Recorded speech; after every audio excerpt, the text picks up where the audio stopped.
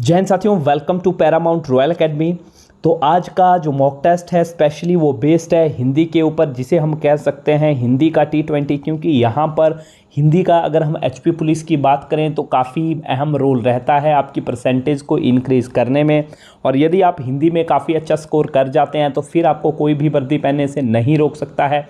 अक्सर हम हिंदी को लाइटली ले लेते हैं और ये समझ लेते हैं कि ये हो जाएगा, इसको कर लेंगे, और जब पेपर में जाता है तो यही हिंदी हमारे लिए दिक्कतें पैदा कर देता है।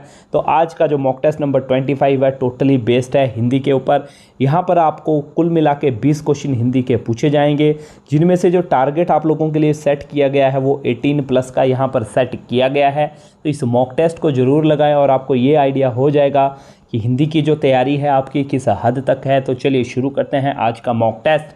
लेकिन उससे पहले आप सभी से मेरा रिक्वेस्ट रहेगा, यदि आपने अब तक हमारा चैनल सब्सक्राइब नहीं किया है तो चैनल ज़रूर सब्सक्राइब करें, ताकि आने वाली जितनी वीडियोज़ हैं, नोटिफिकेशन है, वो आपको समय पर मिलती रहे। तो ये रहा आज का पहला प्रश्न आपकी स्क्रीन के ऊपर। अंडे का शहजादा मुहावरे का क्या अर्थ है? आई रिपीट वंस अगेन, अंडे का शहजादा मुहावरे का क्या अर्थ है? Right answer is option number D, अनुभवहीन व्यक्ति। क्वेश्चन नंबर 2, बिल्ली को पहले ही दिन मारना चाहिए का अर्थ? बिल्ली को पहले ही दिन मारना चाहिए का अर्थ, राइट आंसर जिसने भी किया था ऑप्शन नंबर ए बिल्कुल सही किया था, यानी कि भय का शमन शुरू में ही कर देना चाहिए। यानी कि भय का जो अंत है उसको हमें क्या कर देना चाहिए? शुरू में ही कर देना चाहिए। क्वेश्चन नंबर 3, निश्चित समय के भीतर पत्र का उत्तर न प्राप्त होने की दशा में अनुबंधक के रूप में भेजा जाने वाला पत्र क्या कहलाएगा? तो राइट आंसर हो जाएगा क्वेश्चन नंबर 3 का option number D, that is अनुस्मारक। क्वेश्चन नंबर 4, अंक को क्या कहते हैं? गोद भी कहते हैं। अंक में सोने वाली स्त्री के लिए शब्द, यानी कि गोद में सोने वाली स्त्री के लिए जो शब्द है क्या है? तो शब्द इसके लिए जो यूज़ किया जाएगा option number C is the right answer, अंकशायिनी। क्वेश्चन नंबर 5, रामायण और महाभारत का समय डैश डैश हो गया है पर ये ग्रंथ अभी तक नए हैं। तो आपको जो यहाँ पर खाली स्पेस है इसकी जगह भरना है, क्या आएगा? I repeat once again, Ramayan और महाभारत का समय डैश डैश हो गया है पर ये ग्रंथ अभी तक नए हैं।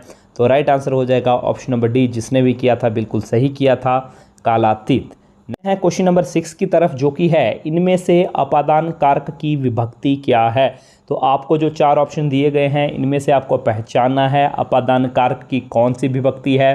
तो अपादान कारक की इनमें से जो विभक्ति है वो है ऑप्शन नंबर बी, से, अपादान से जुदाई। चलिए आगे बढ़ते हैं क्वेश्चन नंबर 7 की तरफ, जो कि है निम्न में से कौन सा शब्द विशेषण है? आई रिपीट वंस अगेन, कौन सा शब्द जो है विशेषण है? तो राइट आंसर आपका हो जाएगा ऑप्शन नंबर सी, जिसने भी किया है, सच्चा क्या है? विशेषण है। यदि हम बात करें मिठास की, हम बात करें नम्रता की, हम बात करें मानवता की, तो ये सारी की सारी क्या हैं? भाववाचक संज्ञाएं हैं।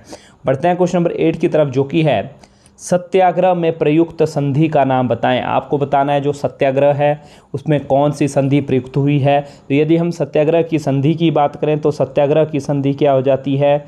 सत्य प्लस आग्रह, ठीक है जी। और यदि आप इसको ध्यान से देखेंगे तो सत्य में अ आ रहा है और आग्रह में आ रहा है, यानी कि अ प्लस आ इज इक्वल टू आ।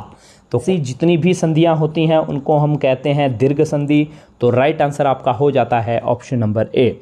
बढ़ते हैं नेक्स्ट क्वेश्चन की तरफ, जो कि है निम्न में से शुद्ध वाक्य आपको बताना है कौन सा शुद्ध वाक्य है। जल्दी से ऑप्शन देखें और राइट आंसर टिक करें, समय आपको बहुत कम इसमें लेना है। तो राइट आंसर हो जाएगा क्वेश्चन नंबर 9 का ऑप्शन नंबर डी, पानी खौल रहा था। तो ये क्या है? आपका बिल्कुल शुद्ध वाक्य है। बढ़ते हैं क्वेश्चन नंबर 10 की तरफ, जो कि है किस क्रम में अधिकरण कारक का उदाहरण नहीं है? यानी कि अधिकरण कारक नहीं आता है या उसका उदाहरण नहीं है। तो क्वेश्चन नंबर 10 का जो राइट आंसर हो जाएगा वो हो जाएगा यह सुधीर का पेन है।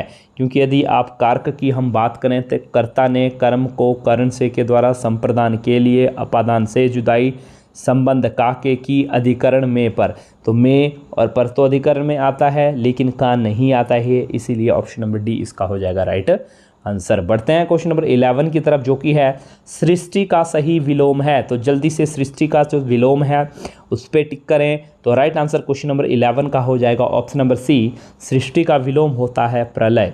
क्वेश्चन नंबर 12, इनमें से एक वचन बहुवचन का कौन सा युग्म सही नहीं है।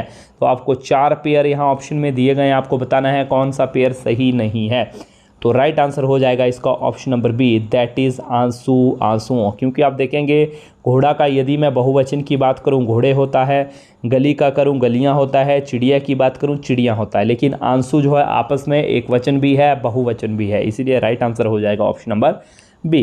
किस क्रमांक में अंतस्थ व्यंजन नहीं है, यानी कि जो ऑप्शन यहाँ पे दिए हैं इनमें से कौन सा ऐसा है जो अंतस्थ व्यंजन नहीं है। तो अंतस्थ व्यंजन कौन से होते हैं, अंतस्थ व्यंजन होते हैं आपके य, र, ल और व।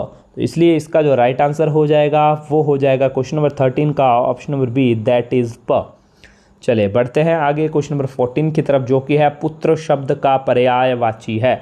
तो पुत्र का पर्यायवाची आपको पहचानना है, निम्न में से कौन सा है। तो राइट आंसर इसका हो जाएगा ऑप्शन नंबर सी, क्योंकि तनय किसका पर्यायवाची है, पुत्र या बेटे का पर्यायवाची होता है। क्वेश्चन नंबर 15, जो कि है हिंदी को राजभाषा कब बनाया गया। तो हिंदी जो हमारी भाषा है इसे राजभाषा कब बनाया गया था। तो इसे बनाया गया था, जल्दी से आंसर टिक करेंगे, 14 सितंबर 1949। जिसने भी किया था बिल्कुल सही किया था। चलिए आगे बढ़ते हैं, आशीर्वाद का सही संधि विच्छेद। तो संधियां आपको बिल्कुल अच्छे से पढ़नी है, 100% यहाँ से क्वेश्चन पूछा जाता है। तो जल्दी से राइट आंसर टिक करेंगे। तो आशीर्वाद का जो संधि विच्छेद हो जाता है, जिसने भी किया है ऑप्शन नंबर बी बिल्कुल सही किया है, आसिफ प्लस वाद। बढ़ते हैं आगे क्वेश्चन नंबर 17 की तरफ, जो कि है संगम शब्द का संधि विच्छेद करने पर उपसर्ग के रूप में प्राप्त होगा। तो 2 बातें यहाँ पर पूछी गई है, पहले तो संधि विच्छेद बोला गया है संगम का, उसके बाद बोलता है जो उपसर्ग जो आएगा वो क्या होता है। तो देखिए उपसर्ग क्या होता है, किसी वाक्य में जो पहले जुड़ता है वो उपसर्ग होता है, और बाद वाला जो होता है उसको हम क्या कहते हैं, प्रत्यय कहते हैं, और पहले वाले को कहते हैं उपसर्ग।